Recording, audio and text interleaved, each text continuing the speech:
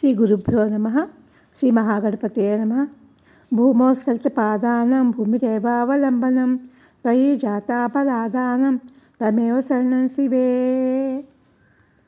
వాళ్ళ సౌందర్యంలో 32వ శ్లోకం చదువుకుందామండి.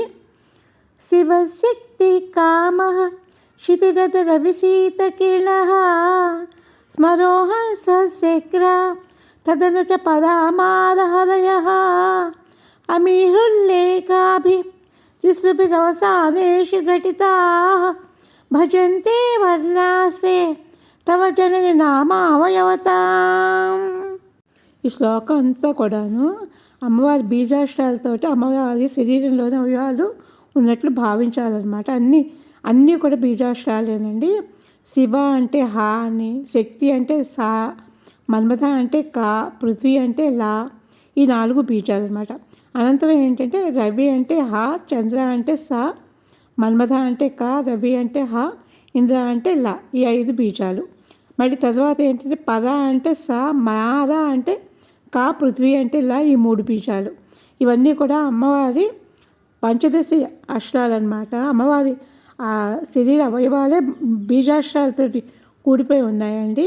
పై 3 ఖండాల్లో ఒక్కొక్క దాన్ని చివర ఒకే ఉల్లేఖ అంటే హీం చొప్పున 3ంటిని కూర్చితే ఏర్పడే మంత్రం నీరమ్మ. ఈ నామమునకు అంటే ఈ మంత్రానికి ఈ 15 బీజాలు అవయవాలుగా ఉన్నాయి. ఈ మంత్రాక్షరాలే అమ్మ శరీరంలోని అవయవాలు. మనం కనుక ఈ శ్లోకాన్ని అండి, అందరికీ మంత్రోపదాసం ఉండదు కదండి. ఈ శ్లోకాన్ని పదే చదువుకుంటే కనుక ఆ మంత్రం చేసినంత ఫలితం వస్తుందండి. అక్షర దోషాలు లేకుండా, కొంచెం కూడా అక్షర దోషాలు ఉండకూడదు. చక్కగా ఎక్కడ ఒత్తులు ఉండాలో అక్కడ ఒత్తులు పలుకుతూ మనం జాగ్రత్తగా చేసుకుంటే కనుక దీని ఫలితం అయితే మనం అందరం కూడా పొందగలుగుతామండి. చాలామందికి మంత్రం చేసుకునే శక్తి ఉండదు.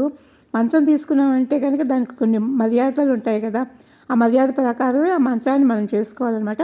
అలా చేసుకొని వాళ్ళు ఈ శ్లోకాన్ని పదే చదువుకుంటే కనుక ఆ మంత్రాన్ని చేసుకున్న ఫలితం అయితే వస్తుందన్నమాట. ఒకటేంటి, శంకరాచార్యులు గారు చెప్పిన శ్లోకాలన్నీ చదువుకుంటే అవి అర్థం అయినా అర్థం అవ్వకపోయినా మనకు ఒక సంస్కారం ఏర్పడుతుందన్నమాట. మనలో ఉండే నెగిటివ్ క్వాలిటీస్ అన్నీ పోతాయి. అవి అర్థం అవ్వలేదు అని అనుకోకలేదు. అలా చదువుతూ ఉండగా మనకి అర్థం చేసుకోవాలనే ఇది తర్వాత వస్తుందండి తప్పకుండాను, ఒక సంస్కారం ఏర్పడడం. అందుకే అందరూ కూడా ఈ శ్లోకాలు ఏంటంటే చదువుకుంటూ ఉండండి, తప్పులు లేకుండా చదువుకుంటే చాలన్నమాట. అప్పుడు అమ్మవారి అనుగ్రహం బాగా కలుగుతుంది. ఆ కలగడం వల్ల ఏమవుతుందంటే దానిలో అర్థం కూడా స్ఫురిస్తుందండి మనకేను. తప్పకుండా 32 సార్లు చదువుకోండి శ్లోకాన్ని.